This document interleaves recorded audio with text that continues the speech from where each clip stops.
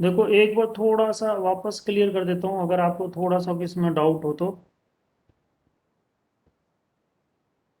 Total vertical stress में अपन क्या करेंगे, कौन सी होगी, किसी भी सॉइल के ऊपर उसका जो मास आ रहा है, सॉइल का मास, उसको जब अपन एज ए वेट के तौर पे कंसिडर कर रहे हैं, जिसमें उसका सॉलिड और वाटर दोनों आ गया, वो पर यूनिट एरिया में जो लग रहा है उसको अपन वर्टिकल स्ट्रेस बोल रहे हैं। ठीक है, तो इसका मतलब टोटल स्ट्रेस इक्वल टू हो गई वेट, वेट हो गया मास इनटू ग्रेविटेशनल कांस्टेंट और मटेरियल का, और उसको अपन बोल रहे हैं सॉलिड प्लस वाटर जो वेट है। अब ये अबोव द पर यूनिट एरिया लग रहा है तो इसको अपन टोटल स्ट्रेस बोल रहे हैं। इसी को अगर अपन मैथमेटिकली कैलकुलेट करना चाहें तो अपन ने, मैंने जैसे बताया कि यदि आपके पास यूनिट यूनिट वेट को अगर गामा से कंसिडर कर लें, तो उसका वो जो मेन जो फॉर्मूला क्या है कि वेट डिवाइडेड बाय वॉल्यूम है। अब अपने को वॉल्यूम को अपन टू पार्ट में अगर अपन कन्वर्ट करें तो एरिया इंटू थिकनेस होती है। इस तरीके से अपन देखेंगे वेट डिवाइडेड बाय एरिया और थिकनेस एच। तो वेट डिवाइडेड बाय एरिया है वो आपका टोटल स्ट्रेस हो गया, तो इसी यूनिट वेट को एच से मल्टीप्लिकेशन कर दें तो अपने को mass into gravitational area weight मिल गया, और डिवाइडेड बाय एरिया किया तो उसको अपने को स्ट्रेस मिल गई। तो गामा एच है वो आपको किसको रिप्रेजेंट करेगा, टोटल स्ट्रेस को रिप्रेजेंट करेगा। तो किसी भी सोयल के अंदर उसका यूनिट वेट और उसकी हाइट एच से अगर अपन उसको मल्टीप्लिकेशन कर देते हैं, तो उस सोयल के ऊपर अपने को उस पॉइंट के ऊपर जिस एच हाइट पे ले रहे हैं वहां पे अपने को टोटल स्ट्रेस की वैल्यू कैलकुलेट हो जाएगी।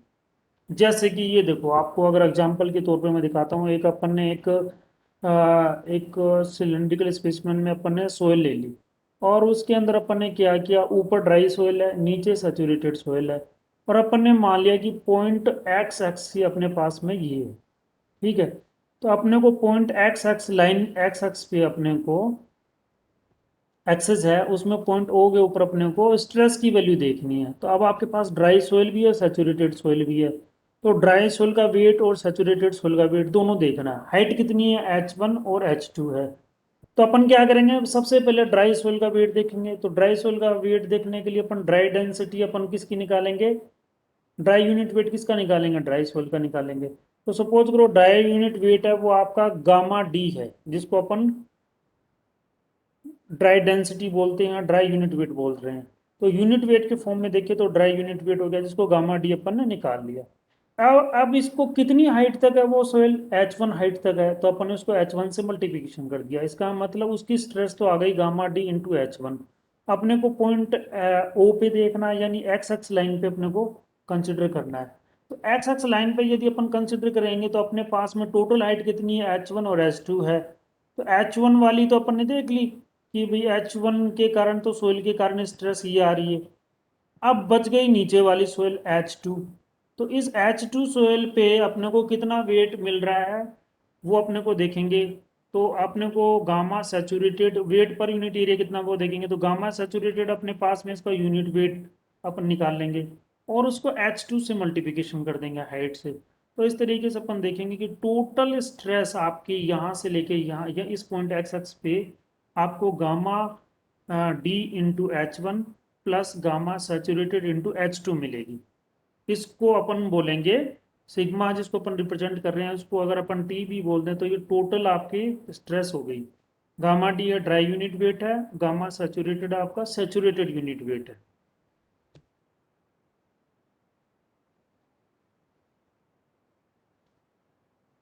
तो इस तरीके से अपन देखें कि टोटल स्ट्रेस को अपन दो पार्ट में डिवाइड कर सकते हैं। एक पार्ट वन में आप एक मान लो कि वो सोइल है जो कि सॉलिड पार्टिकल्स के कारण है, और पार्ट टू वो सोइल है जिसमें वो पोर वाटर यानी उसके अंदर जो पानी है उसके कारण वेट आ रहा है, उसके उसके कारण है।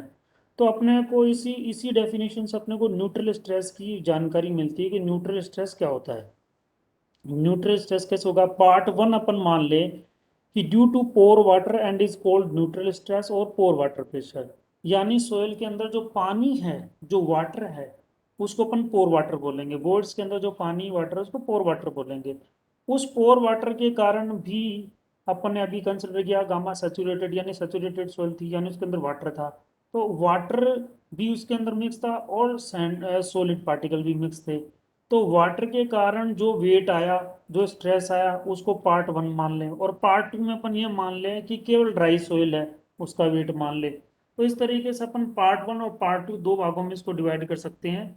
और due to pore water pressure जो स्ट्रेस आएगा उसको अपन कैलकुलेट कर सकते हैं। तो उसके लिए वहां पे कितना स्ट्रेस आएगा पोर वाटर के कारण, तो वो कैलकुलेट अपन कैसे करेंगे, जैसे पीछे वाले डायग्राम में अपन ने देखा था कि एक्स एक्स के ऊपर अपन ने एक पिजोमेट्रिक लगा दिया और उसमें ये देख लिया कि वाटर का हेड कितना है। तो यहाँ देखो वाटर का हेड कितना है, H2 है। इसका मतलब यहाँ वाटर कितना है, H2 है। तो अगर मैं गामा सेचुरेटेड H2 में गामा सेचुरेटेड ले रखी है, अगर मैं गामा ड्राई H2 लूँ तो मुझे इसके अंदर प्लस क्या करना पड़ेगा, गामा WH2 भी दिखाना पड़ेगा। तो एक तरीके से gamma DH2 plus gamma WH2 है, वो कंबाइंड होके गामा सेचुरेटेड बना है। तो इस तरीके से अपन देखें कि वाटर का भी एक प्रेशर होता है जिसको पोर वाटर प्रेशर बोलते हैं, जिसकी कैलकुलेशन कैसे करेंगे, जितनी height below the ground water table है अपनी, उसको अपन कैलकुलेट करेंगे। जैसे H W मिल गई अपने को, और उसको यूनिट वेट ऑफ वाटर से मल्टीप्लिकेशन कर देंगे, तो एक तरीके से U की वैल्यू अपनी हो जाएगी गामा W इंटू H2। अब ये चूंकि पोर वाटर प्रेशर है और बिलो द ग्राउंड है वाटर टेबल के, तो इसलिए माइनस से भी इसको करंट रिप्रेजेंट कर सकते हैं। It is called the neutral stress, इसको न्यूट्रल स्ट्रेस बोलेंगे। और इसको क्यों बोलेंगे neutral stress, because it acts on all side of the particles, ये सभी पार्टिकल्स के साइड में एक्ट करती है। But does not cause the soil particles to press against adjacent particles, लेकिन ये सोइल पार्टिकल्स को दूसरे सोइल पार्टिकल्स के ऊपर प्रेस नहीं करती है, इसलिए इसको न्यूट्रल स्ट्रेस भी बोलते हैं। यानी ये न्यूट्रल स्ट्रेस से दूसरे, यानी ये एक तरीके से पार्टिकल्स के ऊपर तो प्रेशर डाल रही है साइड वाले पे, लेकिन पार्टिकल टू पार्टिकल प्रेशर नहीं ट्रांसफर कर रही है, इसलिए इसको न्यूट्रल स्ट्रेस भी बोलते हैं। ये देख ही लिया था अपन ने। अब इफेक्टिव स्ट्रेस क्या है, इफेक्टिव स्ट्रेस में अगर अपन देखें तो जैसे कि defined as soil stress which not influenced by water pressure in soil body, ऐसी सोयल जो कि वाटर प्रेशर से उसका कोई भी इन्फ्लुएंस नहीं हो, उस सोयल स्ट्रेस को इफेक्टिव स्ट्रेस बोलेंगे। कैसे, applied to saturated soil and has a relationship with two types of stress, ये दो तरीके से स्ट्रेस को कैलकुलेट की जा सकती है और ये सैचुरेटेड सोइल में आपको मिलेगी। सैचुरेटेड सोइल में कैसे मिलेगी, टोटल नॉर्मल स्ट्रेस अपन ने निकाल लिया, जैसे कि अभी निकाला अपन ने, क्या निकाला था, H gamma DH1 plus gamma saturated H2, इसके अंदर पोर वाटर प्रेशर पर निकालें, वो किसकी वैल्यू आ गई, सपोज करो गामा WH2। तो इफेक्टिव स्ट्रेस का फॉर्मूला ये कहता है कि टोटल स्ट्रेस में से आप पोर वाटर प्रेशर को माइनस कर दो बस, टोटल स्ट्रेस में से पोर वाटर स्ट्रेस को माइनस कर दो, तो आपके पास जो स्ट्रेस आएगी वही स्ट्रेस आपकी इफेक्टिव स्ट्रेस कहलाएगी। तो जैसे अपन ने अपने पास में टोटल स्ट्रेस की वैल्यू जो एग्जांपल के तौर पे वहाँ आई थी, उसमें से यदि अपन पोर वाटर प्रेशर को माइनस कर दें तो वो आपकी इफेक्टिव स्ट्रेस हो जाएगी। तो किसी भी सॉइल के अंदर इसका मतलब, यदि अपने को इफेक्टिव स्ट्रेस की वैल्यू चाहिए जो पार्टिकल्स वो पार्टिकल ट्रांसफर होगी, उसके अंदर यदि अपन लगने वाले वाटर प्रेशर को माइनस कर दें टोटल में से, तो अपने को इफेक्टिव स्ट्रेस की वैल्यू मिल जाएगी।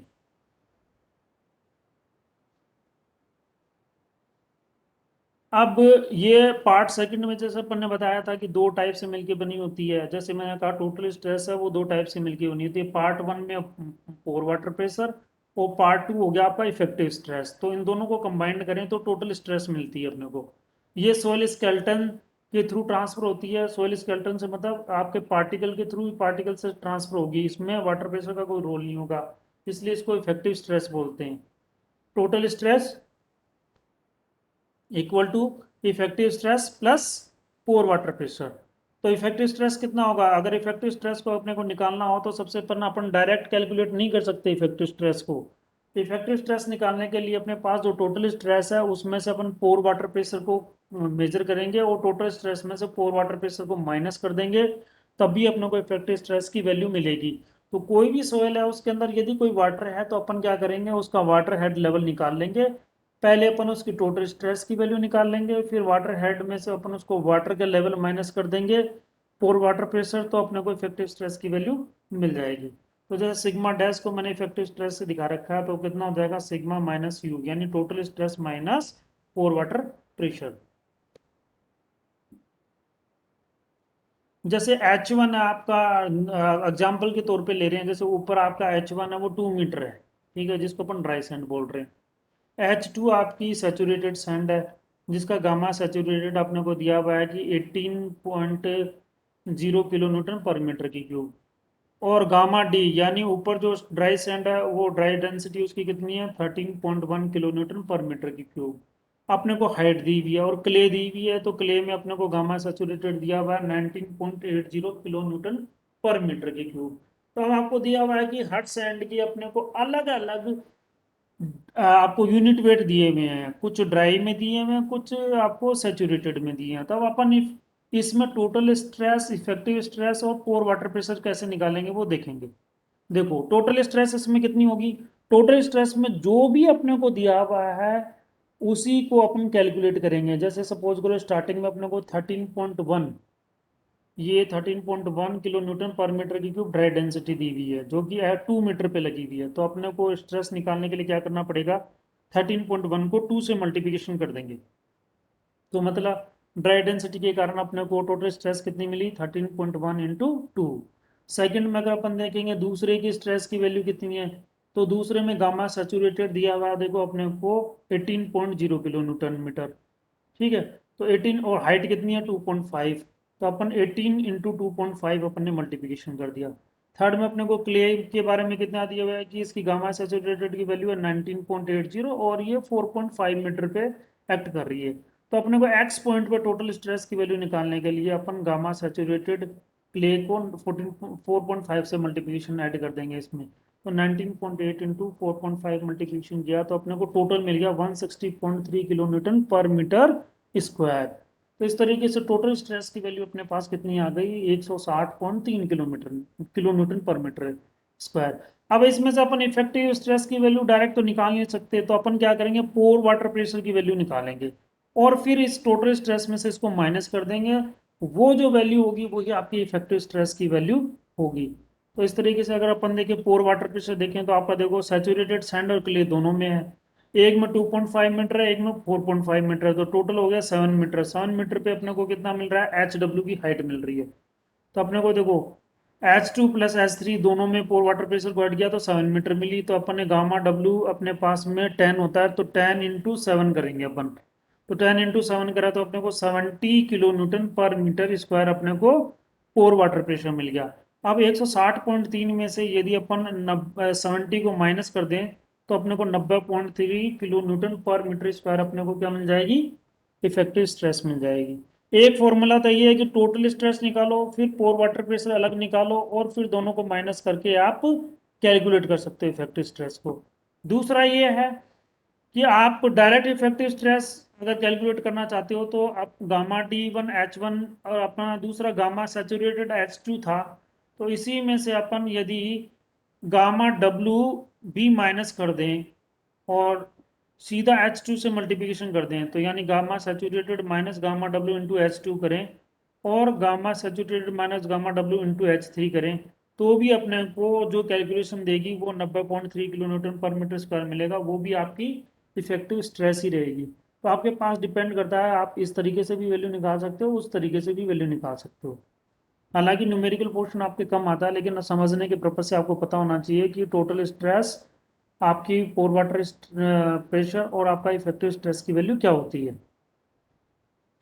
इसका डायग्राम अगर अपन खींचे तो कुछ इस तरीके से मिलता है। टोटल स्ट्रेस की वैल्यू 2 मीटर पे अपने को गामा डी इंटू H1 मिला। फिर यहाँ पे गए तो अपने को अपन ने वैल्यू बढ़ाई और इसके अंदर जोड़ दी 13.1 इंटू 2 प्लस 18.2.5, तो अपने को 71.2 मिली वैल्यू। फिर अपन ने तीनों को ऐड कर दिया तो अपने को 160.3 किलो पास्कल वैल्यू मिल गई, ठीक है। लेकिन पोर वाटर प्रेशर में देखा तो ऊपर ड्राई डेंसिटी के ऊपर अपने पास में कोई भी नहीं था, तो ऊपर तो ये न्यूट्रल जीरो है। अपनी स्टार्ट हुई थी 2 मीटर के बाद पोर वाटर प्रेशर, और ये वैल्यू अपनी बढ़ते बढ़ते नीचे तक अपने पास में वाटर था, तो वाटर का प्रेशर है वो आपका H2 H1 हाइट तक तो कितना था 2.5 मीटर इंटू 10 तो 25 किलो पास्कल हो गया। इसी में फिर अपन ने 4.5 ऐड कर दिया, तो 4.5 इंटू 10 प्लस 25 में ऐड किया तो 70 मिल गया। तो टोटल पोर वाटर प्रेशर अपने को नीचे कितना मिला था, 70। तो इस 163 में अगर 70 माइनस करें तो 90.3 किलो पास्कल अपने को वाटर प्रेशर मिल रहा है एक्स पॉइंट पे। लेकिन यदि अपने को जस्ट 2.5 मीटर नीचे देखना है, 4.5 मीटर नीचे देखना है, तो अपन यहाँ वाली वैल्यू इसमें से माइनस कर देंगे। तो टोटल स्ट्रेस यहाँ कितनी है, 71.2। 25 माइनस करेंगे तो 46.2 किलो पास्कल अपने को यहाँ पे आपको एक इफेक्टिव स्ट्रेस की वैल्यू मिल जाएगी। तो एक ये इस तरीके से मैंने एग्जांपल के तौर पे आपको टोटल स्ट्रेस, न्यूट्रल स्ट्रेस और पोर वाटर प्रेशर यानी पोर वाटर प्रेशर और इफेक्टिव स्ट्रेस आपको एक्सप्लेन करने की कोशिश करी है, जिसमें एक एग्जांपल भी लिया है अपन ने। तो न्यूमेरिकल आपको कोई जरूरी नहीं है कि इसमें आपका पूछा ही जाए, लेकिन आपको एक तरीके से पता होना चाहिए कि ये वैल्यू कैसे निकाली जाती है।